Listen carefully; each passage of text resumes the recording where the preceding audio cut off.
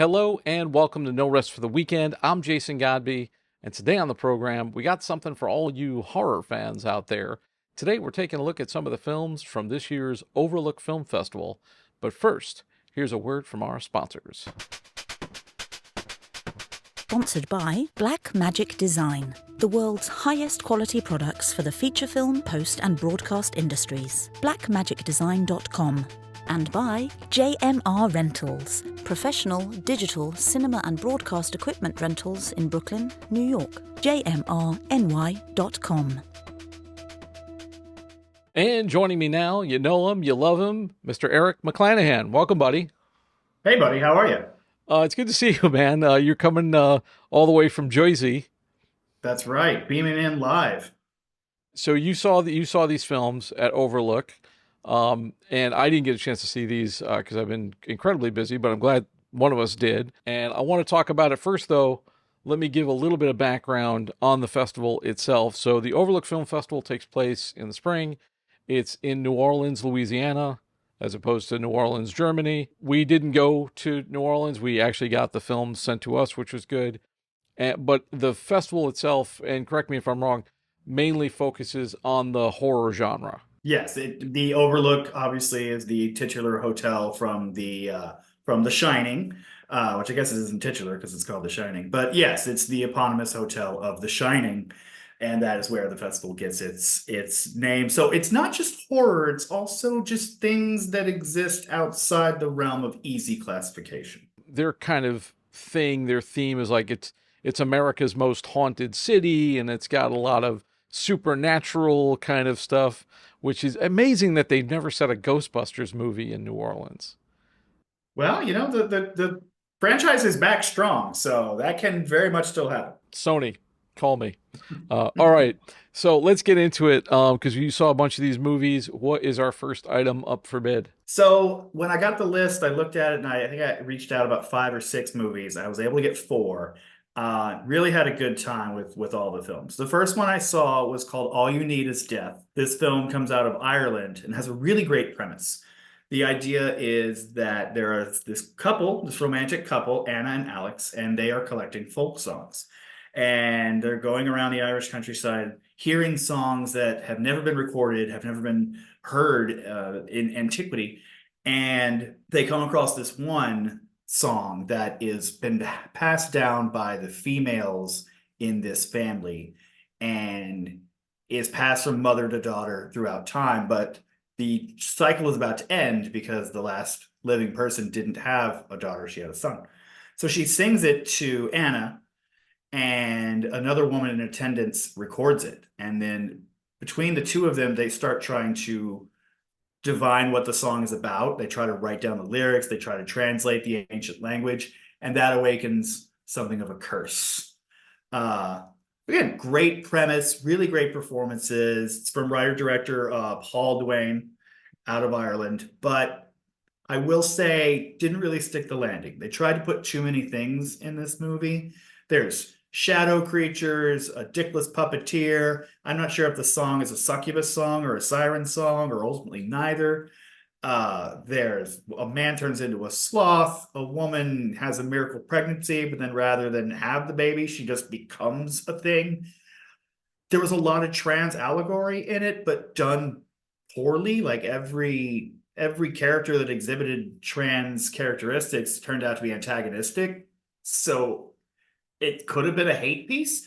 I hope that's not the case, but I think there was too much going on for it to work. But again, great premise, great performances. It didn't stick the landing, but do you think it's strong enough on the premise alone? It'll get distribution? Absolutely. XYZ Films picked up the distribution for it, which they did for quite a few of the things at the Overlook Festival. And it sticks with you. I'll tell you that. I thought about it days after I watched it. It certainly sticks with you. I mean, it sounds interesting. I don't know if it's my cup of tea, but apparently it was somebody's cup of tea at XYZ Films. What's the next what's the next movie you got? The next film also was shot in Ireland, but is an American production called Arcadian, starring the inimitable Nicolas Cage. And if Nicolas Cage is in, I'm in. So I had to watch this one. It's set in a post-apocalyptic near future. At the very beginning, you see that Cage, like as the world is falling apart, he has twin boys, twin baby boys.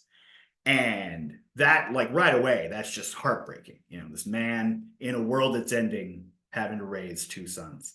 But flashes forward 15 years, they've got a good thing going. They're living on a farm. They're pretty much self-sufficient. They have neighbors. They know other people are alive. And during the day, they're able to run free, do whatever they need to do. But at night, they lock themselves up tight because there are creatures out there. For most of the film, it's a very by the numbers post apocalyptic survival film. Little slow, building tension. When the creatures arrive, OMG, pure nightmare fuel. These things are some of the most terrifying creature design I've ever seen. I described it as the monsters from Attack the Block if you like filtered them through the dark crystal. But that's only the aesthetic. The way they move, the way they attack, the way they terrorize, it is a sight to behold. It will stay with you long after you finish the film. Cage, I think, is a little underutilized in this. The real stars are the sons. One is played by Jaden Martell, who played the lead kid in the It films that Blumhouse did. And the other is played by Maxwell Jenkins, who's been picking up a lot of work in television and streaming. Really great performances out of the two of them. It's really their movie, and it's I thoroughly enjoyed this movie. And I've already started telling people, you got to see this movie because these creatures, the person who came up with these has clearly never slept a night in their life. It sounds interesting. Do we get full Cage? No. I put money on the table and I lost it. He did not go full Cage. A very resigned performance from him, but it fits the character. You know, he's a put upon father, raising two 15-year-old boys. Like, that's the folly of youth. That's like the time when they're at their worst. But I will say that the filmmaker who made this film did the visual effects on Everything Everywhere All at Once, so you can kind of see where that inventiveness came into making this film. It sounds interesting. I don't know if I want nightmare fuel, but it does sound it sounds like a really well done horror movie. What's the next film we got? The next one was a fun little departure. It's called Humanist Vampires Seeking Consenting Suicidal Person. This film is based out of Canada, so it's largely in French, with the occasional outburst of English. We'll call it Franglish. But it's a very tongue-in-cheek horror comedy.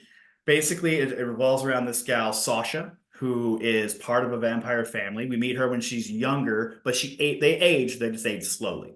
So we meet her as a young girl, and they bring in a birthday clown, and they're like, oh, yay, now let's eat the clown. And she doesn't want to. She actually cares about humanity. So she doesn't want to kill people to eat, but she has to eat. So, like, her parents will hunt, and then they'll just give her blood bags, and she sips on like Capri Suns.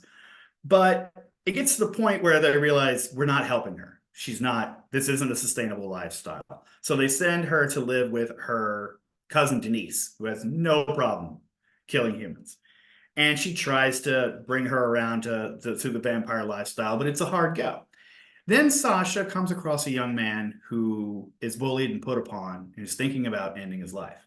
And she realizes, wait, here's someone who wants to go, and I need someone to go. Maybe we can help each other. So they form a friendship, and she decides, I'll take your life if you don't want it. But you have to have a dying wish. And he's like, I don't have one. She's like, you need one.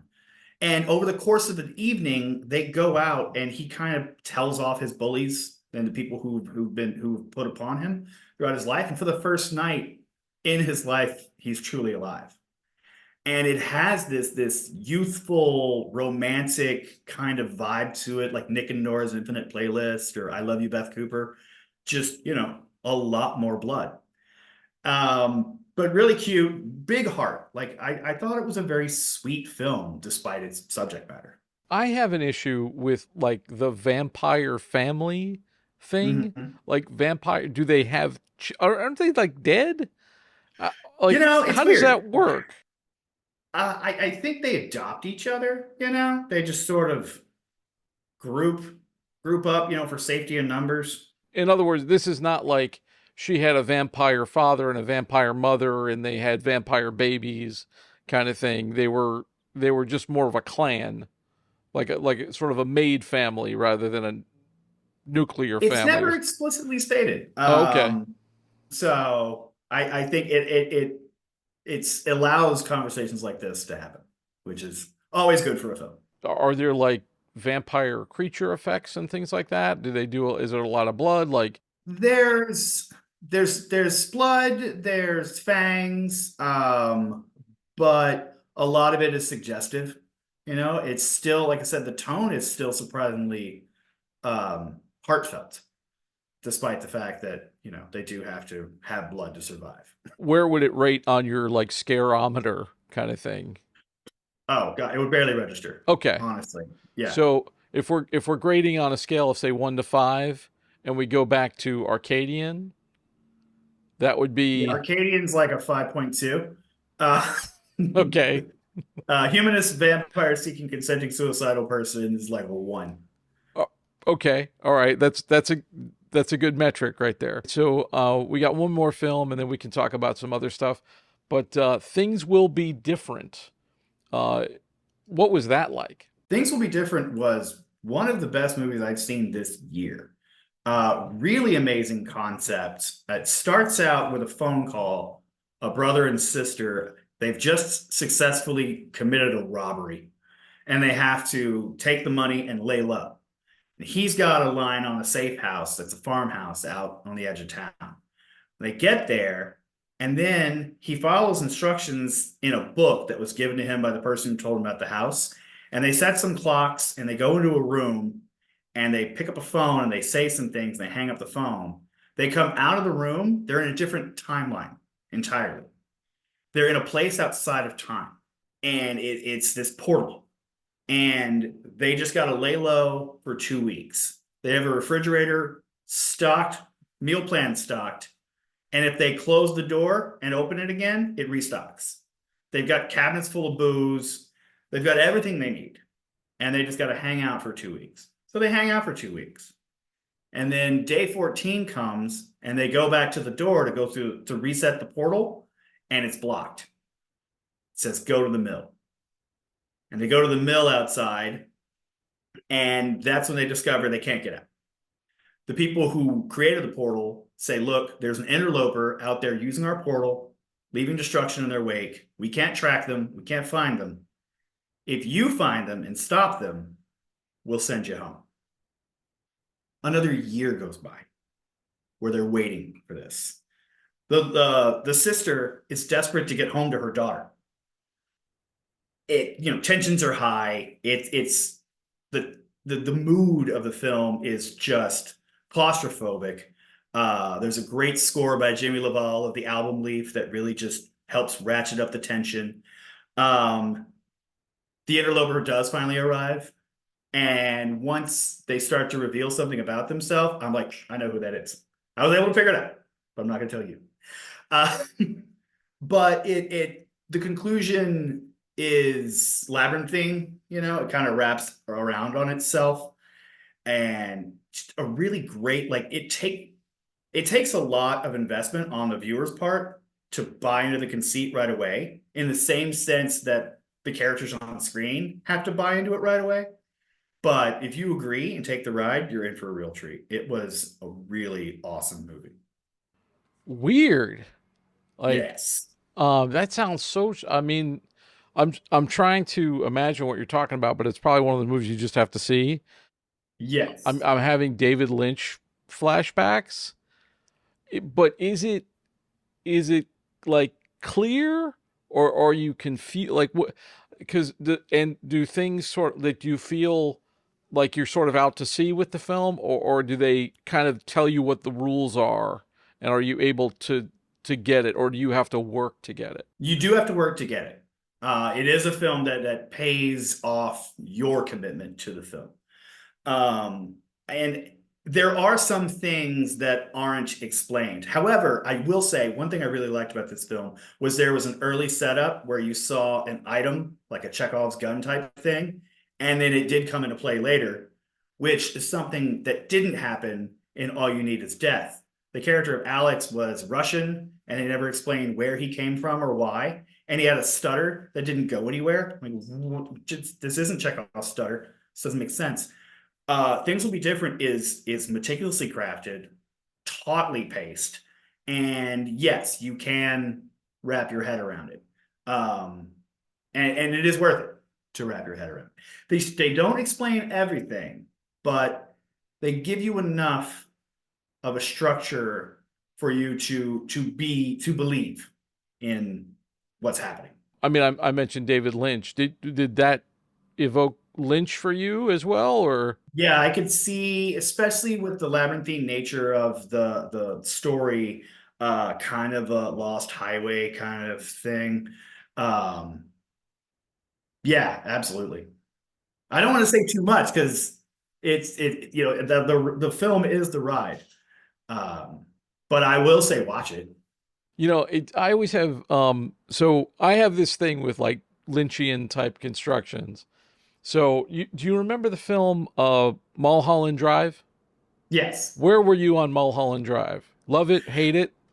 Um, I enjoyed the ride. I wouldn't say I knew what happened during the ride. That was like, it's like when you ride the Joker ride at Six Flags and it just beats your head between the headrests and gives you a concussion. You're like, that was fun. Was it? This is my caution because so I watched Mulholland Drive. I had it on VHS, I think, at the time. I rented it and I watched it and I thought I was paying attention to it. Like I thought I like, oh, yeah. And then when it just kind of ends, I went, wait, I must have missed something. What happened? So I immediately rewound it and played it again. I watched it twice in a row. And then when I discovered I still didn't know what the hell was going on, my thought was that Lynch had made the film and cut out all the parts that made the plot make sense. And kept him for himself. And then critics were like, it's genius. Right? And I was like, what's happening? He's like, no, it's mine. I was like, you don't know what it means either. You're just saying that so you don't look stupid. This isn't one of those movies, is it? No, I don't think so. I don't. Now there's a discussion to be had if you watch it with friends at the end, in terms of how deep down the rabbit hole the film went, and that's open for discussion. But the film itself, I have a cat. The film itself, I think, is pretty encapsulated. I think. Despite the labyrinthine journey, it is very self-contained and concise. So this sounds more like science fiction-y. Where is this on your scareometer? Again, there's a lot of tension, and there's a lot of the unknown. So I would give it like a 1.5, but definitely more of a thinker than a scarer. All right, so it sounds interesting. We sent out to get some other screeners as well. We wanted to get Cuckoo, which is coming out by Neon, I think, and then there's a film called I Saw the TV Glow, which I believe is A24, and there were a couple of other ones that we inquired about that they weren't sending screeners out at this time. But I did say, hey, we're in New York, either New York or LA. If you're having screenings, let us know. So we may be able to bring those films to you as well, because they're also included in the festival. Overlook does this. Like, Overlook has a good reputation of getting, like, they get a lot of smaller horror films, but they also get some really good, they get a lot of A24 stuff and companies like Neon. So, like, and indie horror is horror now. Like, I don't even know if there is a big budget horror scene that's happening. Like maybe like a franchise or something like that. But I think a lot of for indie filmmakers, like, horror has been the go-to genre. Would you put up any of these films like in your all-time greats list? Well, like I said, Things Will Be Different is the best movie I've seen this year. Um, Now, did you but see? Well, hold on. maybe not the best. Give me a scale. Give me a scale here, because Uh, we reviewed Dune Part Two. Me and Bill and Mary Beth, and they said, and I think that was the best film of the year I so haven't seen far. that one yet. I haven't seen that one You yet. haven't seen it, okay? So There's plenty of movies I haven't seen, but of the movies that I have seen, and again, these I'm screening, things from festivals. I screened things from Sundance. I screened these from Overlook. These Some of these were like Things Will Be Different was also just at South by Southwest. Um, but really, really impressed with the way it was put together. Like I said, Arcadian was one of the most terrifying visions I'd seen in a long time. So yeah, I would definitely say those two, absolutely. Uh, Top tier filmmaking. Things will be different. Does appear to be, it's an indie, it's smaller, but really well done, and they do amazing things with what they have. do we know if that one has distribution yet? I can't remember. I don't think I already asked you I that. don't. I was looking back and forth. It's not streaming anywhere right now. But as I said, it was just at South by Southwest, which I believe is a distribution buying festival. So I think, and the talent behind it, production wise, they have a good track record. So I definitely think this will at least be dumped on streaming somewhere. So keep your eyes open. Cool, man. Cool. We have a little bit of time left, so I do want to say for those out here, if you were wondering, which who knows if you were, but we did get accredited again for Tribeca this year. So we're going to be there. We're going to be out on the red carpet. Hopefully, Eric can be there as well. And I'm hoping we can also get some movies to review. I actually I have been keeping up with the films from last year, and recently we interviewed Rod Blackhurst, who directed Blood for Dust, which was at Tribeca last year. We're really looking forward to that, seeing you out there if you're going to be at the movies. Do you have anything coming up that we should know about? Well, I'm also very much looking forward to Tribeca. And it's also, and I'm a little hurt you didn't remember this. It's our anniversary because we met at Tribeca. That is true. That is true. Um, I just had like an ex-wife flashback. You said that. But yeah, we met on the red carpet at Tribeca, Yes. Yeah. which I that festival, it's a Leviathan. It's our sort of big game here. Like it's the biggest probably event that we do. And we've been covering festivals like so far this year. We've covered Sundance and Slam Dance, now Overlook, but that one is by far like the biggest thing that we cover all year long. So we hope to get lots of sponsors for it so that we can do a lot of coverage and talk to some great people. It was really we really pounded the pavement last year, so I'm hoping to get some more help this year so that it's not as tough. But man, we'd love to see you there. And yes, man, that's we met at I want to say it was Suitable Flesh. Yeah. Yeah. Joe Lynch's film. Yeah. I've been following that. That's doing really well right now. Buscemi's film, The Listener, is finally getting its release. Which I talked to him about that last year. So I'm glad to see that's coming out. I think there's a screener coming my way if I don't have it yet. So I'll definitely do a follow-up on that and give you guys the skinny on that. But yeah, really good stuff that came out of there. It's and that's one of those major market festivals kind of thing. But this Overlook, they did a great job last year. I found out about it because I knew somebody who was involved with a documentary project that was there last year. Maybe one day, if we get the funding, we could go there. We could, either I'll go or maybe we can send somebody to New Orleans. I've been a couple times to the city. I went to Wizard Con out there once, met with Tom Welling and Michael Rosenbaum of Smallville, and covered that con. That was really fun, and it's a great city. So it's really, really great place to visit. So it's a great place to. I mean, I've been there a couple of times myself, but it's been a really long time, and but it's hard enough to cover these things remotely. but that would be really cool. But coming up, Tribeca, that's going to be a big deal. We hope to produce multiple episodes and videos and things, so please stay tuned. All right, man, I'm going to wrap up. Thanks so much. For people who want to know more about you and read your work, where can they find you? You can find a lot of my film coverage and interviews at ain'titcool.com. You can find some of my analysis at collider.com. And if you want to follow me on the site formerly known as Twitter and or the Instagram, it's Eric M. McClanahan. Sometimes there's periods between the words, sometimes there's not. Stick around, you'll find me. All right, man. Thanks a bunch. That was great. And that's all we got for you today. Thanks so much for taking this trip down the rabbit hole. For more of our content, including more film festival coverage, visit our website, norestfortheweekendpodcast.com. Be sure to subscribe on your favorite podcast app or on YouTube, youtube.com/getbehindtherabbit. I'd like to thank Eric McClanahan and our sponsors, Black Magic Design and JMR Rentals. For Behind the Rabbit Productions, I'm Jason Godbey. Thanks for joining us. We'll see you next time. This is the BTRP Media Network.